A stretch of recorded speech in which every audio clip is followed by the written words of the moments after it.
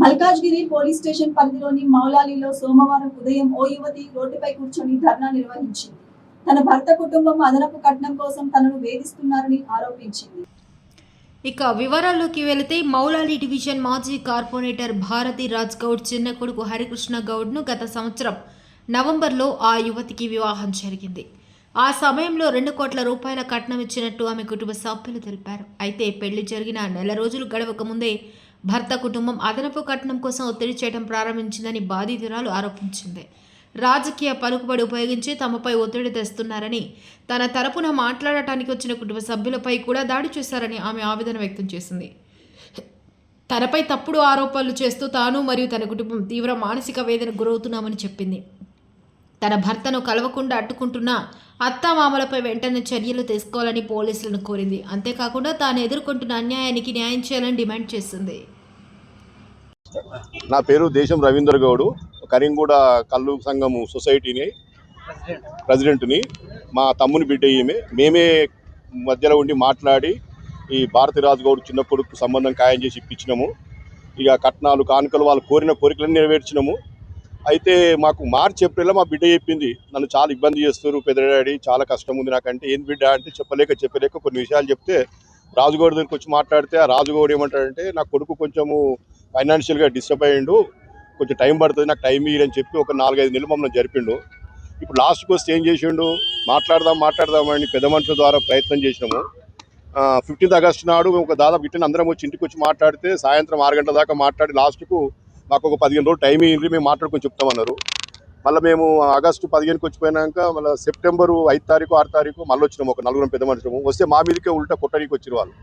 అప్పటి నుంచి మన పద్మారెడ్డి ఇక్కడ స్థానికంగా ఉంటారు, ఆయన చెప్తే ఆయన ప్రయత్నం చేస్తే రాజుగౌడు మాట్లాడతాం కూడా అవకాశం ఇస్తున్నాడు. ఇప్పుడు ఆఖరికి మా బిడ్డ మీద లేనిపోని అపరిందులను పెట్టేసి మాకు బనికిరాదా కోడలు, మాకు అవసరం లేదని చెప్పి ఈ మాట మాట్లాడుతున్నారు. మేము మధ్యవర్తి ద్వారా లోకల్ పిఎస్ఓ కలిసినాము. మీరు మాట్లాడుకుండా ఎందుకు కొట్లాట్లు ఎందుకు మీరు మాట్లాడుకొని చెప్పారు. పద్మారెడ్డి ద్వారా కూడా పెద్ద మనిషితో ప్రయత్నం చేసినాం. ఎంతమందిని పిలిచినా అతను వస్తలేడు, మాట్లాడతలేడు. మాకేందంటే మేము ఆ బిడ్డ అబ్బాయి కలిసి సంబంధము ఈ సంసారం కొనసాగాలని మేము కోరుకున్నాం ఇప్పటిదాకా. కానీ వాళ్ళ చేస్తున్నట్లున్నాయంటే మాకు అమ్మాయి వద్దు, మాకు అవసరం లేదు, మా కొడుకు చెప్పిండు అయిపోయిందని చెప్పి మాట్లాడుతున్నారు. మా అమ్మాయికి న్యాయం జరగలేదు సార్ నాతోని. ఆ తర్వాత నుంచి నేను బిజినెస్ చేసుకోవాలి, నాకు డబ్బులు కావాలి అని హరాస్ చేసిండు. నీ ఇంట్లో నుంచి 50 lakhs తీసుకొని రా అని హరాస్ చేసి, నేను ఆల్రెడీ 2 crores కట్నం ఇచ్చి పెళ్లి చేసుకున్నారు. 1 week తర్వాత మా అత్తమ్మకి చెప్తే ఇలా చేస్తాం, అది తీసుకొని రావచ్చు కదా అని వాళ్ళు నన్ను బెదిరించినారు. 2 months వరకు ఇట్లనే అతను బయట తిరగడము, ఇంటికి రాకపోవడం, హాస్టల్లో ఉండడం, నైట్లో ఇంటికి రాకపోవడం. నేను మా అత్తమ్మకి చెప్తే ఏం కాదమ్మా వస్తారు అని అలాగనే ఏప్రిల్ వరకు అట్లనే ప్రొలాంగ్ చేసినారు. మా మామ మా బావ కూడా అంతనే. మా బావకి చెప్తే మా బావ ఏమన్నారంటే సర్దుకుంటారు, ఏం కాదని నన్నే అడ్జస్ట్ చేసింది. కానీ నన్ను ఇంటికి పోనీయకపోయేది. మళ్ళీ ఇంటికాడ మా పేరెంట్స్కి చెప్తా అన్నాగా నన్ను బెదిరించినారు, మీ పేరెంట్స్కి చెప్పొద్దు అని. మా పేరెంట్స్కి చెప్తా అంటే మా వదిన జడ్జి, మీరేం చేసినా కానీ మాకేం ప్రాబ్లం లేదు. ఇప్పటికీ కూడా మా హస్బెండ్, మా మామ, మా అత్త అదే అన్న, వాళ్ళు ఏం చేసుకుంటారో చేసుకోమను, నా కోరల్ జడ్జు ఆమెనే చూసుకుంటారని. ఇంత ముందుకు నాలాగా ఇంకొక అమ్మాయి సఫర్ అయింది వీళ్ళ చేతిలో. ఆమెకు పెళ్లి వరకు వచ్చి ఆగిపోయిందంట. ఆమె దగ్గర నుంచి 1.5 crores గౌరీ తీసుకున్నారు. ఆమె నా పెళ్లి ఎల్లుండి అనగా కేసు పెట్టింది. ఆ కేసు గురించి నాకు చెప్పలేరు, వాళ్ళకి ఎంగేజ్మెంట్ అయింది, ఇవేవి నాకు చెప్పకుండా మోసం చేసి నాకు పెళ్లి చేసుకున్నారు. సరే పెళ్లి చేసుకున్నాక నాకు ఇవన్నీ చెప్పినారు, నేను అడ్జస్ట్ అవుతా అని చెప్పినాక కూడా తను వినకుండా నాకు ఇంత అయితేనే నేను ఇంటికి వస్తా లేదా రాను అన్నాడు. నేను మా పేరెంట్స్కి చెప్పినా, మా పేరెంట్స్ అంతా తీసుకొని వచ్చి గోల్డ్ తీసుకొచ్చి మా మామయ్య వాళ్ళ చేతిలో కూడా పెట్టినా కానీ మా మామ మా అత్త అరే బిహేవియర్ చేసినారు. ఏమనంటే తన రూమ్లో వండబెట్టి నువ్వు బావ రూమ్లోకి వెళ్ళి వండుకపో అన్నారు. ఎంత జడ్జి, ఎంత అడ్వకేట్ ఉన్నంత మాత్రంలో ఇలా అన్యాయం చేయడం నాకు కొంచెం బాధ అనిపిస్తుంది. నేను మా అడ్వకేట్ అయినా మా బావకి చెప్పినా కూడా ఆయన కూడా ఏం పట్టించుకోలేదు. మా పేరెంట్స్ వస్తే మా పేరెంట్స్ మా పెద్దనాన్న వాళ్ళనే కొట్టి పంపించేసినారు.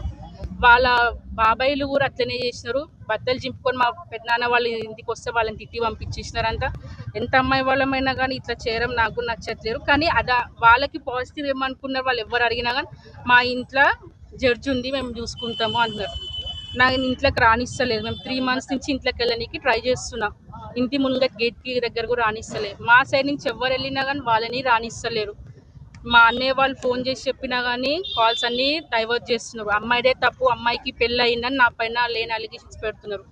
అవన్నీ మా వాళ్ళు ప్రూవ్ చేయమన్నారు. కానీ ఇప్పుడు వాళ్ళు ఇంట్లో ఉండకుండా 2 months నుంచి తప్పించుకున్నారు. నాకు కనీసం మా ఇంట్లోకి వెళ్ళి నా న్యాయం ఏంటో నేను కొట్లాడుతున్నా కానీ నన్ను ఇంట్లోకి రానిస్తలేరు. ఇన్ని రోజుల నుంచి హాస్టల్లో ఉన్న నా హస్బెండ్ని ఇప్పుడు తీసుకొచ్చి ఇంట్లో కూర్చోబెడుతున్నారు. అప్పుడు హాస్టల్లో ఎందుకుండు అని అడిగితే వీళ్ళు ఏం సమాధానం చెప్పలేరు. మరి ఇప్పుడు ఇంట్లో ఎందుకు ఉంచుకున్నారు అంటే నా కొడుకు చచ్చిపోతా అంటుండు అని. నాతో ఉంటే చచ్చిపోతా అన్నప్పుడు మరి నన్ను ఎందుకు పెళ్లి చేసుకోవాలి? నా లైఫ్ అంతా ఖరాబ్ చేసినారు. ఇప్పుడు నా లైఫ్ ఖరాబ్ చేసినారు అంటే నువ్వు నీ అంతగా నువ్వు డివోర్స్ ఇచ్చేవారికి మేము ఇట్లనే సఫర్ చేస్తాము అని మా మామ మా బావ